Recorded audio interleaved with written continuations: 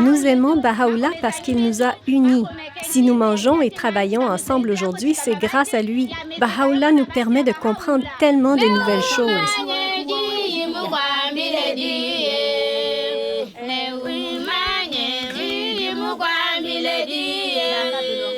Il nous a enseigné l'amour de Dieu et nous a appris à nous aimer les uns les autres et à être unis. C'est pourquoi maintenant, nous pouvons manger et partager ensemble. Dieu nous a bénis.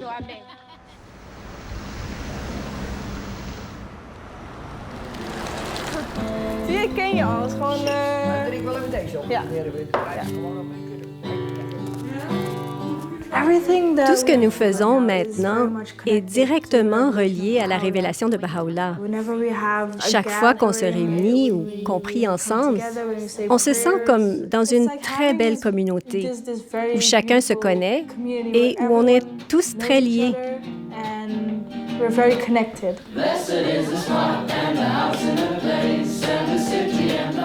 Je connais mieux mes voisins, je connais mieux les enfants et les jeunes qui vivent ici. Et tout ça, c'est grâce aux enseignements et à la révélation de Baha'u'llah. Oui, ma famille s'est agrandie. Elle a même doublé ou triplé.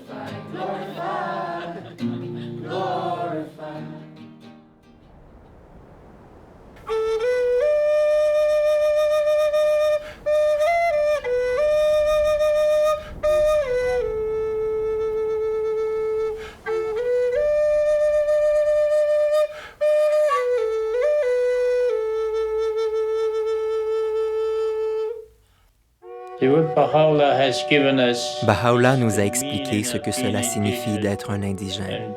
Et en tant que tel, nous avons l'obligation d'offrir au reste du monde ce que Dieu nous a donné.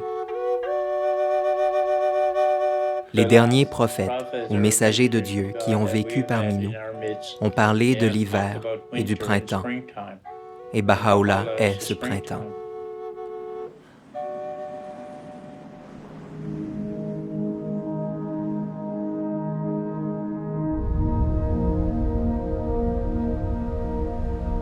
C'est une nouvelle page de l'histoire qui s'écrit. De l'histoire du progrès de l'humanité à travers les âges. Propulsée par les enseignements des messagers de Dieu, qui ont guidé l'humanité dans ses étapes de développement. Et maintenant, vers l'aube de sa maturité. Les messagers de Dieu sont comme des éducateurs pour l'humanité. Ils apportent des messages adaptés aux capacités qu'a l'humanité à l'époque où ils apparaissent.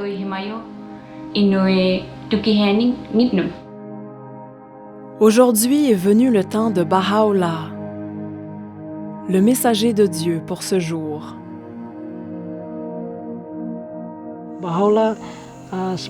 La mission de Baha'u'llah est d'unir toute l'humanité et d'unifier toutes les races, toutes les classes et tous les peuples, quelles que soient leurs origines.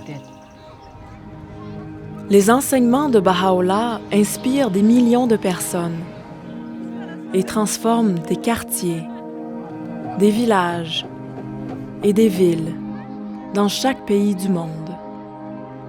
Baha'u'llah est venu pour transformer toute la nature humaine et pour modifier les conditions du monde, tant extérieurement qu'intérieurement. Les enseignements de Baha'u'llah ont une portée étendue et une nature essentielle. Leur caractéristique distinctive est l'unité de l'humanité, avec toutes les transformations que cela implique.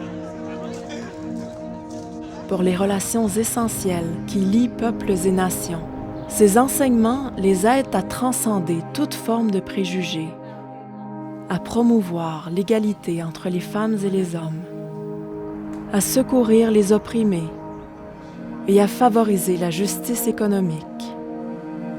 Ces enseignements de Baha'u'llah mettent un terme aux divisions et à l'altérité.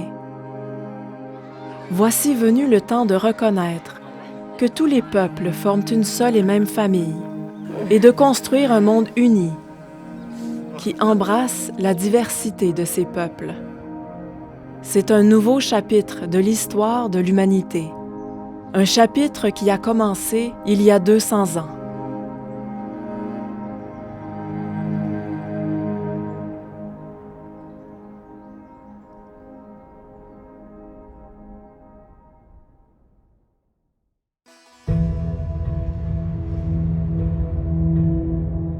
Perse, 1817. Le monde est endormi. L'aube qui se lève sur un jour ordinaire voit naître au monde un enfant extraordinaire. Il sera bientôt connu sous le nom de Baha'u'llah. Enfant, Baha'u'llah connaît une vie princière. Son père est un ministre distingué du gouvernement et sa lignée remonte aux grandes dynasties de la Perse. Baha'u'llah était un enfant merveilleux. Il était très doué. Son attitude et sa prestance étonnaient tous ceux qui le rencontraient. À son sujet, les adultes se demandaient entre eux, « Comment est-il possible que ce jeune garçon ait des manières et un niveau de compréhension tellement supérieur aux nôtres? » Ses réponses étaient si profondes. Et plus étonnant encore, il n'avait jamais fréquenté l'école. Son intelligence et sa spiritualité les surpassaient tous. Devenu jeune adulte, Baha'u'llah choisit de tourner le dos à une vie dominée par le luxe et le rang occupé, pour se consacrer à aider les pauvres et les opprimés. Baha'u'llah devient déjà à l'âge de 22 ans. Et comme c'était de la coutume, il devrait remplacer son père dans ce ministère. Baha'u'llah a nié le poste de ministre, il a préféré rester comme ça, du jour au jour. Il y avait toujours les nécessités, il y avait toujours les pauvres. Matin et soir, il y avait des visiteurs. Et c'est pourquoi on l'appelait le père des pauvres. Il aimait tout le monde de façon égale et donnait sa vie pour tous. L'abandon de soi n'est pas une chose facile. Quelqu'un qui se sacrifie pour les autres est forcément spécial. Il doit avoir une grande capacité à aimer. Le dévouement de Baha'u'llah envers les nécessiteux est à l'opposé des attitudes de la noblesse de l'époque. Plus tard, il racontera une anecdote de son enfance pour illustrer la nature fugace du monde matériel et de toutes ses richesses. Alors qu'il n'était encore qu'un jeune enfant, il assistait à un beau spectacle de marionnettes donné à l'occasion du mariage de son frère aîné. Très rapidement, des petits personnages ont commencé à s'animer et les petits personnages ont annoncé « Sa Majesté arrive, préparez les sièges ». Finalement arrive un personnage royal qui était très majestueux, qui agissait avec beaucoup d'arrogance, très hautain, qui avait un diadème très brillant. Et là, des coups de feu retentirent, les trompettes, tout d'un coup la tente fut enveloppée de fumée. La pièce se termine et 20 minutes après, il y a un homme qui sort du derrière de la tente et qui a une petite boîte sous le bras. Et Baha'u'llah l'arrête et lui dit « Mais qu'est-ce que c'est que cette boîte ?» Il lui dit « Toutes les choses que tu as vues, le prince, le roi, les ministres, tout ce que tu as vu est enfermé dans cette boîte. »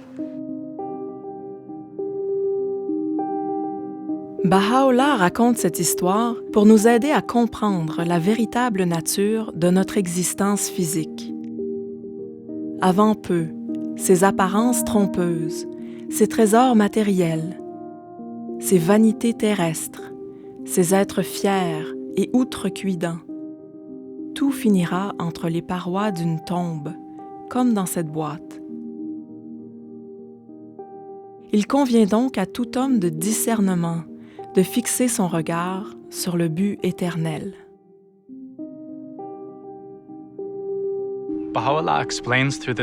Baha'u'llah utilise ce récit pour montrer combien cette vie est fugace et périssable. Certes, en tant qu'être humain, nous avons un moi physique qui vit dans ce monde, puis s'éteint. Mais nous avons aussi une âme qui vient de Dieu, est éternelle et continuera à vivre bien après la mort du corps physique. Baha'u'llah nous enseigne que Dieu nous a tous donné d'une âme et de qualités et attributs, comme la compassion, la justice, le pardon, faisant de nous à la base des êtres nobles. Et que chacun de nous a cette capacité de refléter ces attributs venant de Dieu. Baha'u'llah a dit « Je t'ai créé noble, pourtant tu t'es abaissé. Élève-toi donc à la condition pour laquelle tu fus créé. » L'être humain a été créé pour contribuer à l'amélioration de la société et au progrès de la civilisation. Un des moyens pour y parvenir est qu'il prenne conscience de la noblesse de son âme et de la noblesse de son être. Quand nous comprenons que l'âme a été créée à l'image de Dieu, nous réalisons que, lorsque nous rencontrons quelqu'un, la chose la plus importante n'est pas la couleur de sa peau ou son genre, mais son âme. C'est elle qui nous permettra de nous comprendre les uns les autres et de réaliser que nous ne sommes qu'un.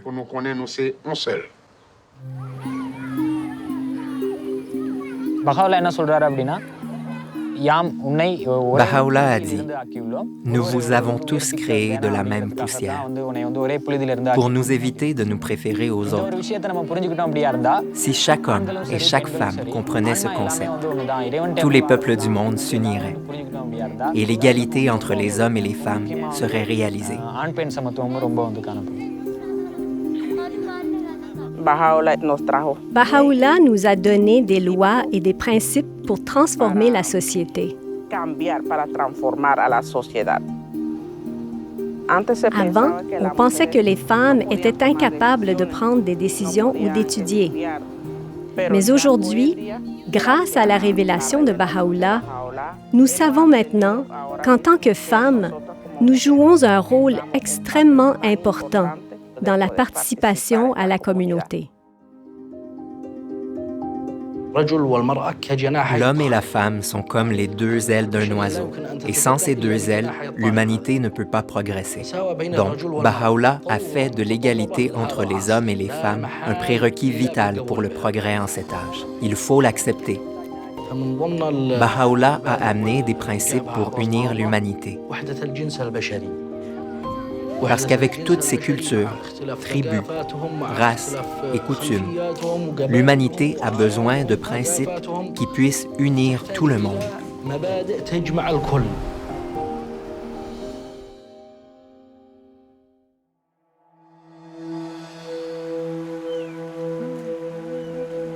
« 1844. La gentillesse, la compassion, la perspicacité et la sagesse de Baha'u'llah se répandent sur sa terre natale. Dans le même temps, un mouvement inattendu et galvanisant commence à s'étendre à travers la Perse.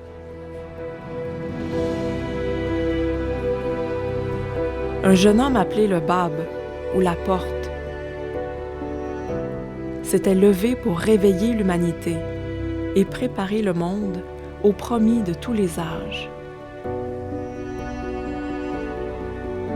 Baha'u'llah soutient ardemment sa cause. Mais les enseignements du Bab se heurtent aux puissants. Le clergé et le gouvernement le condamnent et persécutent sans relâche ses disciples. Des milliers d'entre eux sont assassinés. 1850. Une caserne militaire à Tabriz. Le Bab est exécuté dans des circonstances dramatiques.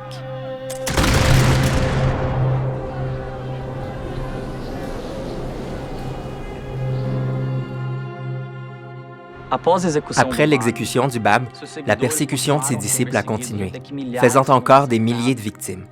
Baha'u'llah a ensuite fait l'objet de fausses accusations et un mandat d'arrêt a été lancé contre lui.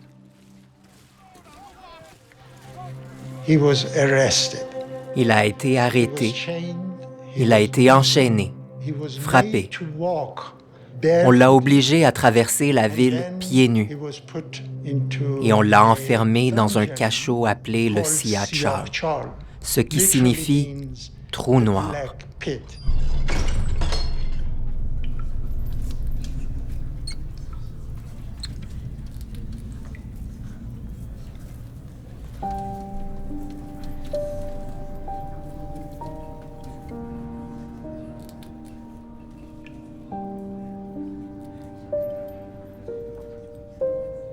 C'était un endroit ténébreux, doté d'une seule entrée et d'une saleté inimaginable. En fait, on ne peut vraiment pas concevoir à quoi ressemblait cet endroit. Baha'u'llah avait à son cou une lourde chaîne qui marqua sa chair pour le restant de ses jours.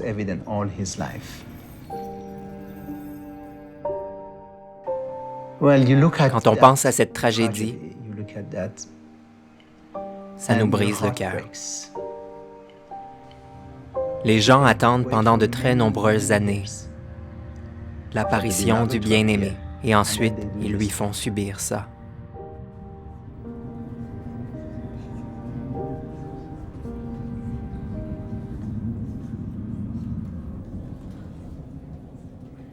Mais c'est dans ce même Siyah-Chal que Dieu a annoncé à Baha'u'llah qu'il était la manifestation de Dieu pour ce jour.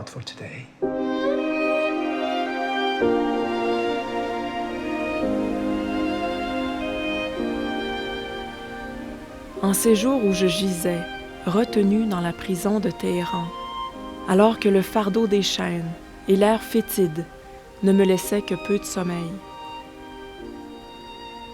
il me semblait que lors de rares instants d'assoupissement, quelque chose coulait du sommet de ma tête sur ma poitrine, comme un puissant torrent qui se précipite sur la terre, de la cime d'une haute montagne. Il a aussi dit que sa voix avait alors prononcé des versets que personne n'aurait supporté d'entendre. Le contraste entre cette situation horrible et cet instant de clarté où la lumière s'est manifestée en lui, c'est quelque chose de pratiquement impossible à imaginer. Beaucoup de choses ont démarré à ce moment-là, et on peut voir leurs effets. La révélation de Dieu a eu un effet sur le monde entier à compter de cet instant.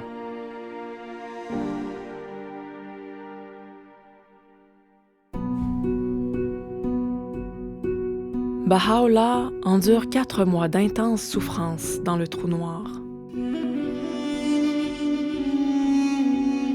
Puis l'ordre est donné pour qu'il soit, avec sa famille, banni pour toujours de sa patrie. Malade et fragile, il traverse les monts Zagros dans le froid mordant de l'hiver pour atteindre Bagdad. Ainsi commence une période d'exil qui se poursuivra pendant les 40 dernières années de sa vie. Et à ce stade, personne ne connaît la vraie nature de sa mission divine. Une année passe.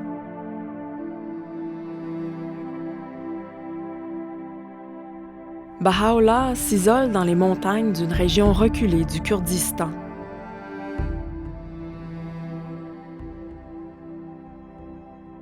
Là-bas, il se plonge dans la méditation et la prière pendant 2 ans.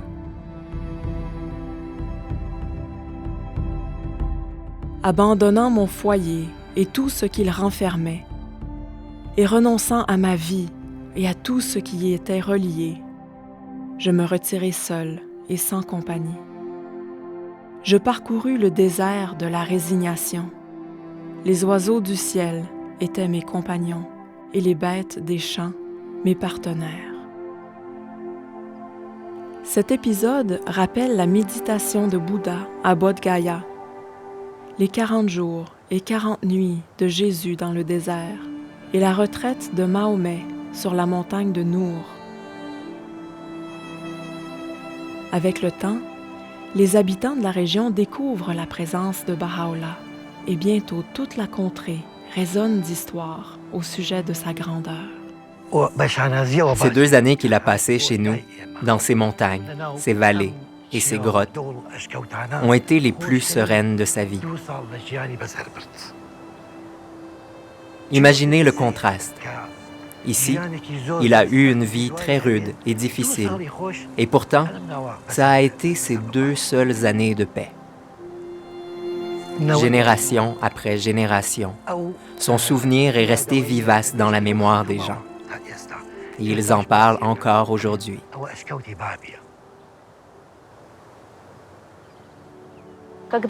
Son retour à Bagdad a été un moment de grande joie et de célébration pour la communauté.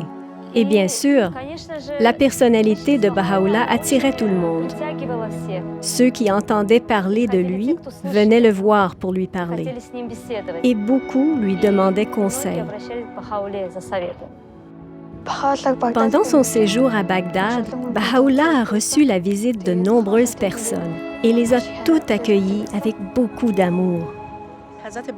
Baha'u'llah a enseigné l'importance d'avoir un bon caractère, d'être intègre, fidèle et digne de confiance, de cultiver la véracité et l'unité, d'avoir un code moral, de lutter contre la vengeance et d'œuvrer en faveur de la paix, de l'égalité et de la camaraderie. C'est ça le message qu'il a apporté. Les versets vivifiants de la révélation de Baha'u'llah coulent de sa plume avec une vitesse et une force miraculeuses. Les écrits qu'il a produits pendant sa vie représentent plus de 100 volumes et ont été traduits dans plus de 800 langues. Durant son séjour à Bagdad, il écrit « N'est-ce pas le but de chaque révélation de provoquer la transformation de toute la nature humaine? Une transformation qui se manifestera tant extérieurement qu'intérieurement et qui affectera à la fois sa vie intérieure et ses conditions extérieures. »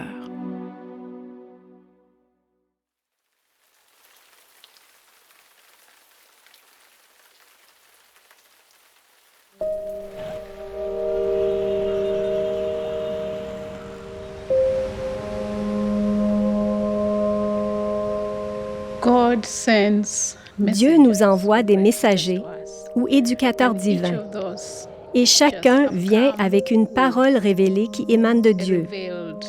Et la parole de Dieu pour aujourd'hui est la révélation de Baha'u'llah.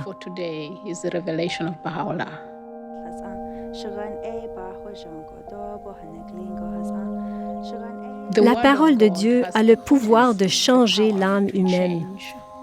Mais l'humanité doit apprendre à l'utiliser pour que cela puisse non seulement me transformer moi-même, mais aussi transformer ma communauté. Plus nous apprenons à comprendre la parole de Dieu, plus nous apprenons à élever notre propre capacité à faire des efforts pour contribuer à l'amélioration de l'humanité. C'est là que la parole de Dieu prend vie, quand elle se transforme en service et en adoration.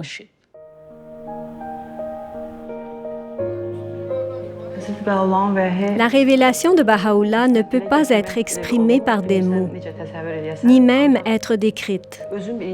Tout d'abord, elle vous transforme. Puis, vous éduquez vos enfants à l'ombre de ses enseignements. Ensuite, les relations dans votre famille s'améliorent. Enfin, vous développez votre compréhension du service et avez envie de la transmettre à toute la société.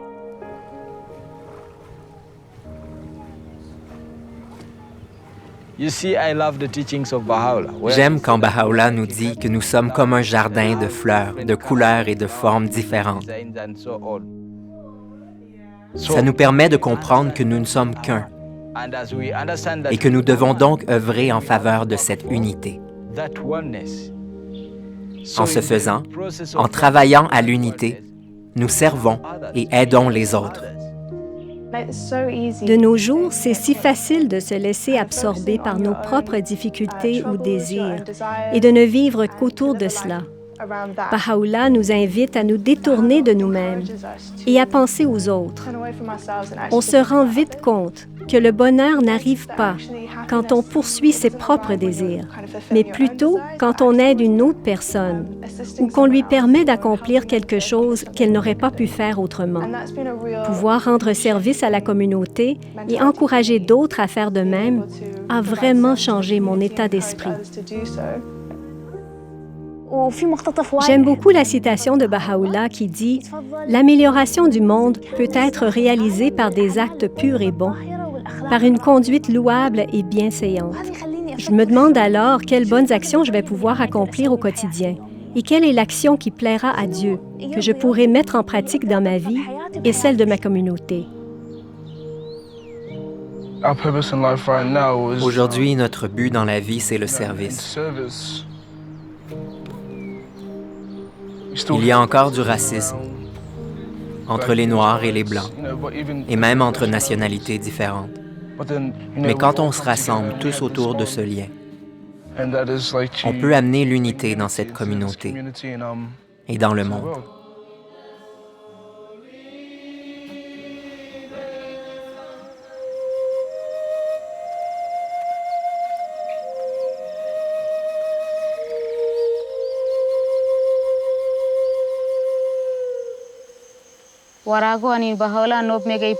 Les écrits de Baha'u'llah améliorent la compréhension des individus et permettent aux membres de la communauté d'élever leur esprit et de travailler ensemble.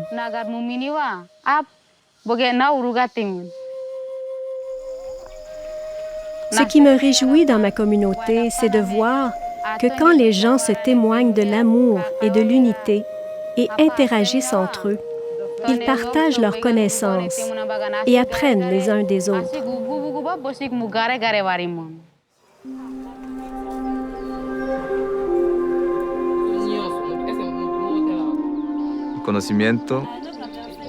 Dieu a donné la connaissance à tous, pas seulement à quelques-uns.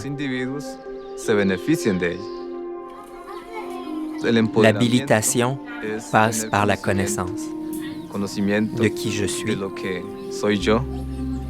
ce qui m'entoure, du plan de Dieu pour l'humanité. Une fois que nous l'avons compris, nous cherchons comment aider les autres à acquérir cette connaissance et à utiliser leurs capacités pour contribuer à la transformation.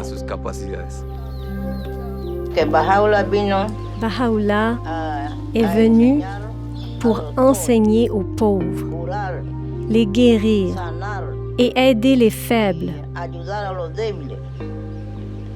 C'est ça que Baha'u'llah est venu faire.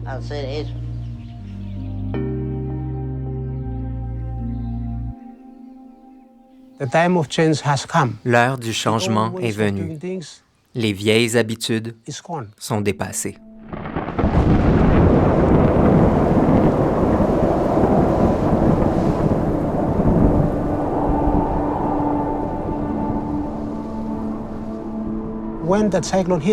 Quand ce cyclone nous a frappés, nombre d'entre nous ont perdu espoir. La révélation de Baha'u'llah nous a beaucoup aidés à être résilients.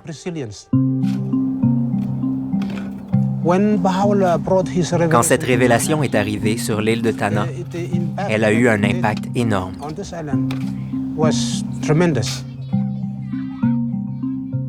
Et même la puissance du cyclone a été incapable de balayer la force spirituelle qui résidait en les habitants. Au lieu de perdre espoir, ils se sont levés C'est la preuve physique qu'ils avaient en eux quelque chose. Ils avaient en eux la révélation du pouvoir de Dieu. Et ça les a poussés à agir. Ils n'ont pas perdu espoir.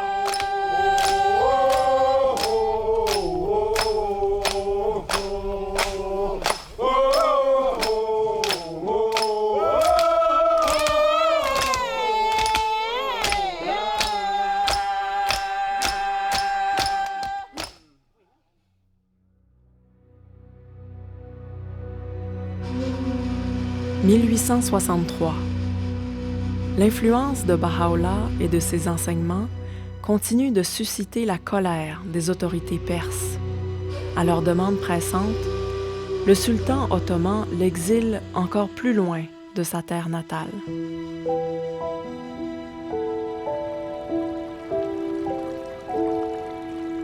Avant de quitter Bagdad, Baha'u'llah réunit ses compagnons pendant 12 jours dans un jardin appelé Rezvan, au bord du fleuve Tigre.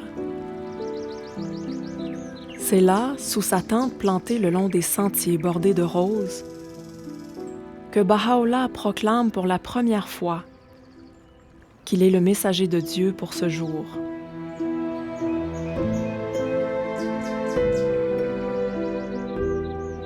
Une nouvelle ère de l'histoire de l'humanité commence alors. Tout va changer. Dans certaines des paroles qu'il utilise pour décrire ces jours-là, Baha'u'llah fait allusion à l'ampleur de la transformation qu'il demande. Ce qui était caché est maintenant dévoilé, et ce qui était dissimulé est maintenant révélé. Hâtez-vous pour accueillir ce jour, jour où les portes des cieux ont été grandes ouvertes et où la pluie s'est déversée des nuages de l'éternité. Ces paroles libèrent une vague d'énergie spirituelle dont les effets allaient s'étendre à d'innombrables générations futures.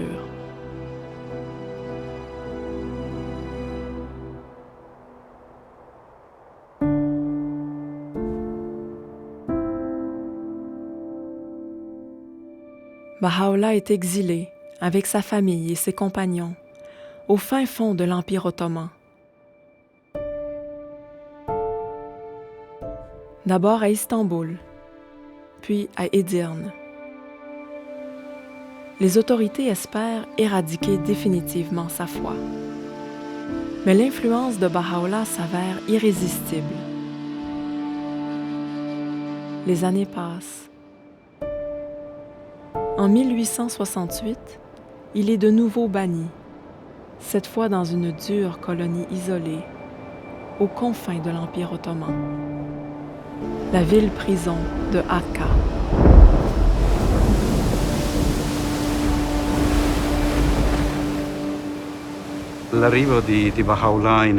L'arrivée de Baha'u'llah à Akka est difficile à décrire. Il faisait très chaud et pas la moindre brise. De la porte de la mer de la ville-prison, Baha'u'llah et sa famille ont été emmenés à travers des ruelles sombres et étroites jusqu'à la prison, un immeuble en piteux état. À leur arrivée, ils ont demandé un peu d'eau aux gardiens, mais ceux-ci leur ont refusé toute eau et nourriture. Par la suite, ils ont fini à contre-cœur par leur donner quelque chose, mais l'eau était imbuvable. Les conditions endurées pendant cette période ont entraîné la mort de 3 d'entre ses amis. Baha'u'llah a décrit ses souffrances dans ses écrits sacrés. Il a accepté de porter le poids de lourdes chaînes pour nous libérer de notre esclavage. Il a consenti à être emprisonné dans une puissante forteresse pour libérer l'humanité. Il a bu jusqu'à la lie, la coupe de la douleur, pour que nous puissions vivre dans la joie et le bonheur. Nous avons accepté d'être abaissés, ô croyants en l'unité de Dieu, afin que vous soyez glorifiés. Et nous avons souffert une multitude d'afflictions pour que vous deveniez florissants et prospères.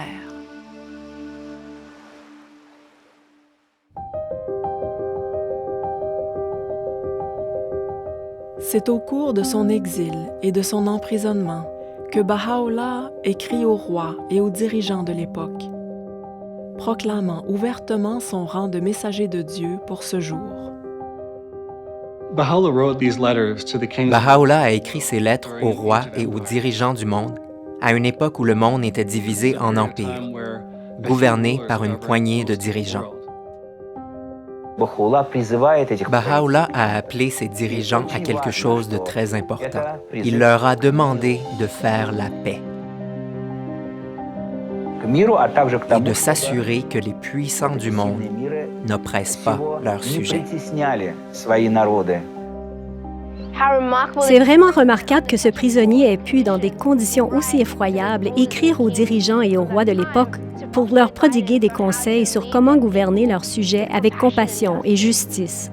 Dans le message qu'il leur a envoyé, il explique qu'un dirigeant doit écouter son peuple, gouverner dans l'intérêt des pauvres et consulter sur tous les sujets.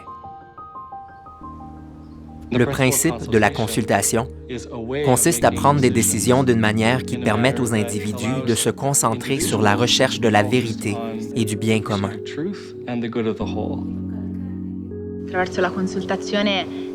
La consultation permet à des groupes de personnes de partager librement leurs idées. Ensuite, grâce au pouvoir de l'unité qui découle de la consultation, le groupe peut prendre des décisions collectives. Cette possibilité de construire l'unité d'une façon très concrète est un immense cadeau que Baha'u'llah nous a offert. Baha'u'llah a fait quelque chose d'extraordinaire. C'est très difficile de voir les gens qui n'ont pas été à l'école avec les gens qui ont fait de très grandes études ensemble. Et ces gens-là discutaient sur un point pour trouver un point de vue. La consultation peut être une manière de donner une voix aux masses. Baha'u'llah nous enseigne qu'elle est pour tout le monde. Nous sommes tous encouragés à participer à ce processus, qui est d'ailleurs étroitement lié à l'avènement de la justice sur Terre, car tous les groupes ont le droit, le privilège et le devoir de participer au processus consultatif.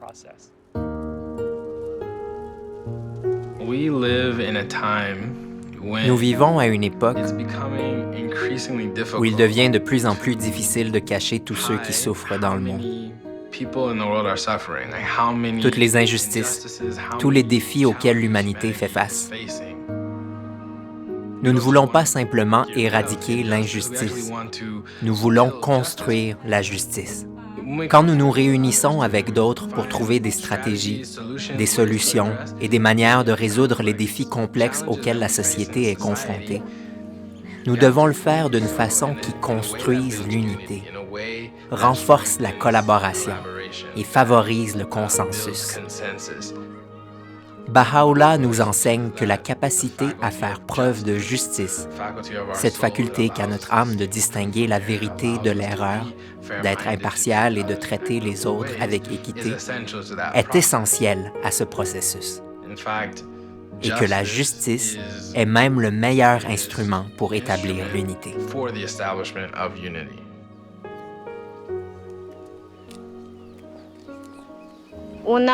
Nous avons maintenant une vision élargie de ce que signifie l'unité. Avec les différentes cultures, langues et ethnies, nous ne formons qu'un, car nous sommes tous les enfants du même Dieu. Le monde est en désarroi et la dernière confusion règne dans l'esprit de ses habitants. Nous implorons le Tout-Puissant pour qu'il les illumine par sa grâce, de la gloire de sa justice, et leur permette de découvrir ce qui leur sera profitable, en tout temps et en toutes circonstances.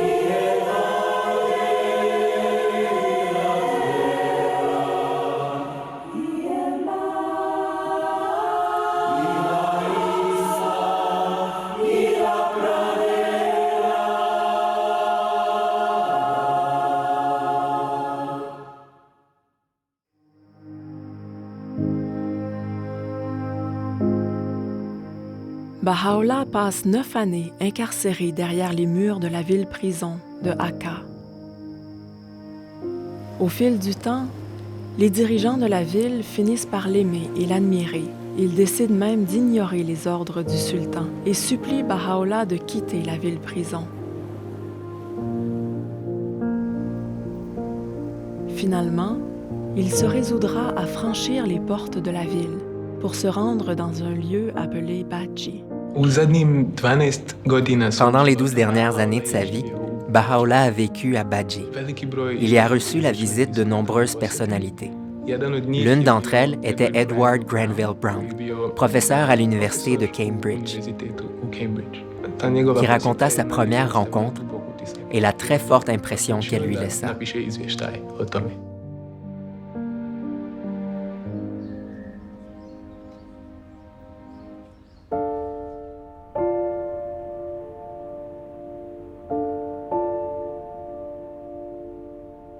Je me trouvais dans un grand salon. Je m'aperçus, au bout d'1 ou 2 secondes, avec un saisissement de surprise et de respect, que la salle n'était pas vide.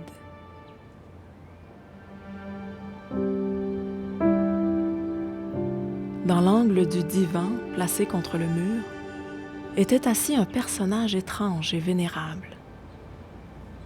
Ses yeux perçants semblaient lire dans l'âme elle-même.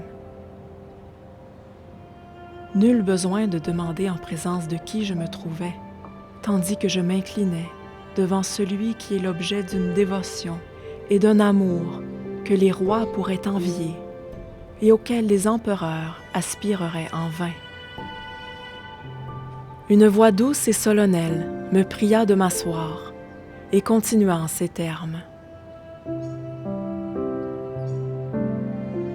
« Vous êtes venu voir un prisonnier et un exilé. Nous ne désirons que le bien du monde et le bonheur des nations. Que toutes les nations deviennent une dans la foi et que tous les hommes soient des frères. Que les liens d'affection et d'unité entre les enfants des hommes soient fortifiés. Que les différences de race soient abolies. Quel mal y a-t-il en cela? Cela sera malgré tout. Ces luttes stériles, ces guerres ruineuses passeront, et la paix suprême viendra.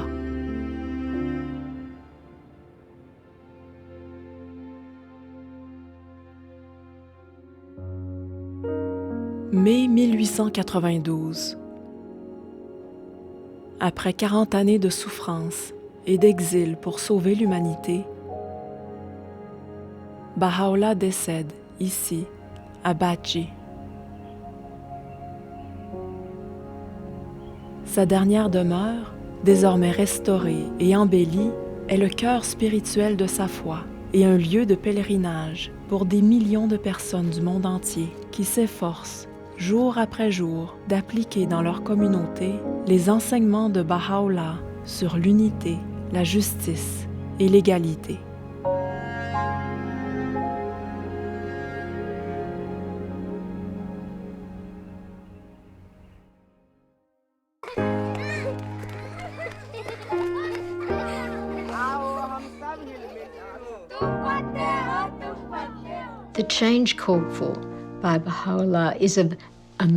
Le changement demandé par Baha'u'llah est d'une ampleur stupéfiante.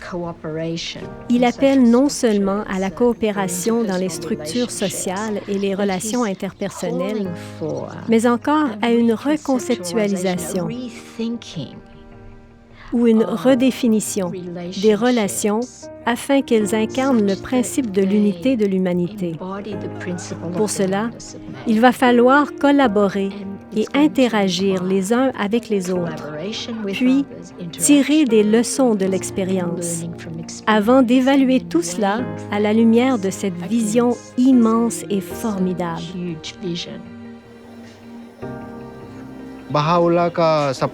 La vision de Baha'u'llah est que le monde va réaliser son unité. Donc l'unité arrivera certainement dans les villages. Jusqu'ici, certaines personnes, dont moi, pensaient qu'il était impossible d'unir tout le monde. à cause des différences d'opinion. Mais maintenant, nous sommes convaincus que la vision de Baha'u'llah deviendra réalité. L'influence de sa révélation est déjà visible dans notre communauté. Quand les vieux, les jeunes et tous les autres discutent ensemble, on voit clairement l'unité de pensée. La venue de Baha'u'llah a révélé le potentiel spirituel de chaque personne. Si nous suivons les enseignements et la révélation de Baha'u'llah, nous serons déjà au paradis dans nos propres foyers.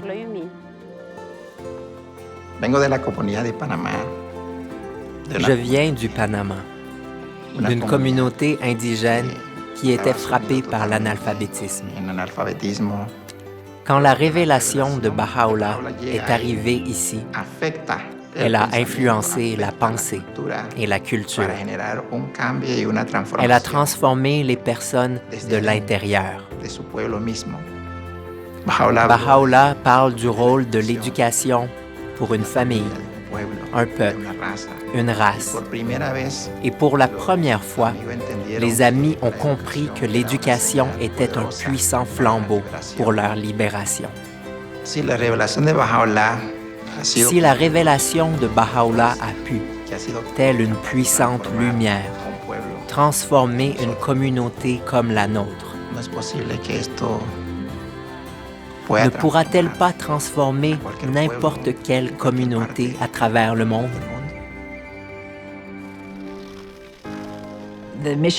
Par rapport au passé, la mission de Baha'u'llah pour ce jour a une portée différente, car son but est d'établir une nouvelle civilisation, une civilisation mondiale spirituelle. Nous essayons d'apprendre comment construire divers types de communautés, comment créer une culture vraiment différente qui reflète les enseignements de Baha'u'llah. Une culture centrée sur le service et la collaboration à de grands projets, dans un esprit d'unité, avec des personnes de tous horizons. C'est cette conception de la religion qui est au cœur de la révélation de Baha'u'llah. Une conception qui nous guide vers la prochaine étape de l'évolution de l'humanité, l'unification de la race humaine.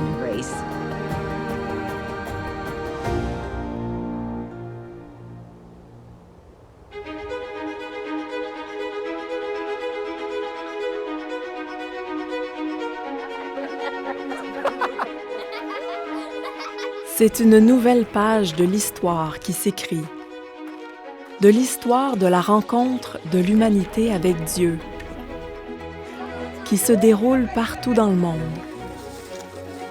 dans les villages, les villes et les quartiers.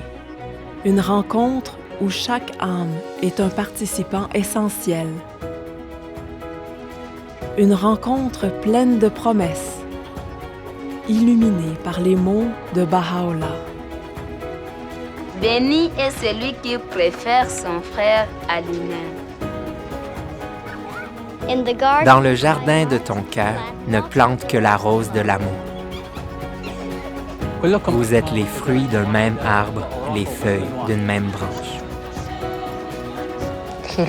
La terre n'est qu'un seul pays et tous les hommes en sont les citoyens. Si puissante est la lumière de l'unité qu'elle peut illuminer la terre entière. En supportant les malheurs et les tribulations, en révélant les versets sacrés et en fournissant des preuves, cet opprimé n'a eu d'autre dessein que d'éteindre la flamme de la haine et de l'inimitié, afin d'illuminer par la lumière de la concorde l'horizon du cœur des hommes, pour qu'il atteigne une paix et une quiétude réelle.